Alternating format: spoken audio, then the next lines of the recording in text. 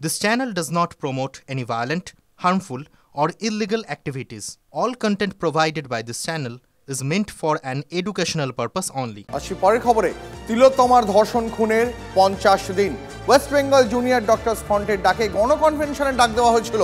ধনধান্য auditorium সহ অন্যত্র হল না পেয়ে এসএসকেএমেই সেই কনভেনশন করার সিদ্ধান্ত নিয়েছেন জুনিয়র চিকিৎসকরা।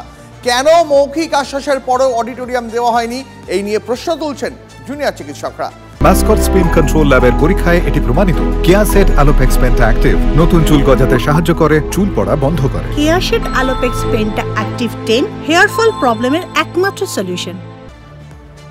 জুনিয়র চিকিৎসকদের আন্দোলনকে কখনোই অনৈতিক আখ্যা দেয়নি রাজ্য প্রশাসন। তবুও গণকনভেনশনের আয়োজন করতে গিয়ে, হলের জোগাড় করতে গিয়ে, হলের বুকিং পেতে গিয়ে পদে পদে হোঁচট খেতে হলো জুনিয়র চিকিৎসকদের।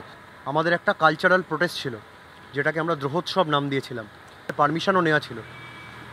কালকে যখন আমরা সেই স্থানে পৌঁছালাম, দেখলাম হঠাৎ এক অজ্ঞাতবশ কারণে তারা বলল যে আমরা দিতে পারবো না। আমরা তাদেরকে জিজ্ঞেস করলাম যে আপনাদের কী সমস্যা, আপনাদের তো পারমিশন আগে থেকে নেওয়া রয়েছে। তারা বলছে না, ঊর্ধ্বতন কর্তৃপক্ষের থেকে বারণ রয়েছে। আমরা বললাম কোন ঊর্ধ্বতন কর্তৃপক্ষ? তখন তারা নিরুত্তর রইলেন। তাতে আমরা বুঝতে পারলাম যে কোনো এক অজ্ঞাত শক্তি তাদেরকে হয়তো বারণ করে দিয়েছে আমাদের প্রতিবাদ করতে দেওয়ায়। সরকারি যে হল আছে সেগুলোতে গিয়েছি এবং সব জায়গা থেকে আমাদেরকে ফিরিয়ে দেওয়া হয়েছে। আমরা অত্যন্ত হতাশ। আমরা বুঝতে পারছি না হঠাৎ করে আমাদের এই প্রতিবাদকে এইভাবে কণ্ঠরোধ করার কেন চেষ্টা করা হচ্ছে। কালকে আমরা যখন একটা ধনধান্যের মতন একটা অডিটোরিয়ামকে আমরা আগের দিন বুক করে আসার পরে হঠাৎ সকালবেলা শুনতে পাই সেটি আর দেওয়া যাবে না। আমরা 2 ঘন্টা কলকাতা মিউনিসিপ্যাল কর্পোরেশনের ডাক্তাররা দাঁড়িয়েছিলাম। 2 ঘন্টা পর বেরিয়ে আমাদেরকে বলা হলো যে আজ আর কথা বলা যাবে না। এটাকে থ্রেড কালচার বলবো কি না এটা আমরা বলছি না, এটা সাধারণ মানুষের উপর আমরা ছাড়ছি। আজকে সমাজের সমস্ত মানুষ স্বতঃস্ফূর্তভাবে আমাদের সাথে প্রতিবাদ করতে নেমেছে। আমরা তো কেউ কোথাও ভায়োলেন্স দেখাচ্ছি না বা কোথাও ভাঙচুর করছি না, শান্তিপূর্ণভাবে প্রতিবাদ করতেই বিভিন্ন জায়গায় নামছি।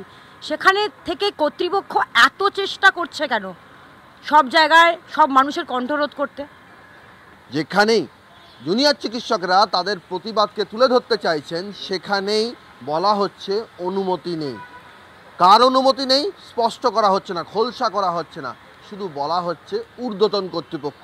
কোট আনকোট এই শব্দবন্ধটাই থ্রেড কালচারের জনক বলছেন জুনিয়র চিকিৎসকেরা। ক্যামেরায় অমিত দাসের সঙ্গে সৌরভ দত্ত, TV9 বাংলা, কলকাতা। জুনিয়র চিকিৎসকদের অভিযোগ, তারা কনভেনশন করার জন্য হল পাচ্ছেন না। আন্দোলনরত জুনিয়র চিকিৎসকদের প্রতিনিধি কিঞ্জল নন্দ এই নিয়ে কি প্রতিক্রিয়া জানিয়েছেন TV9 বাংলাকে, শোনাবো। এটাও আমার মনে হয় থ্রেড কালচারেরই একটি অংশ। আমরা তো প্রথম থেকেই বলেছি যে আমাদের আন্দোলনে কোনো রাজনৈতিক রং নেই। আমরা একটা কনভেনশনের ডাক দিয়েছিলাম।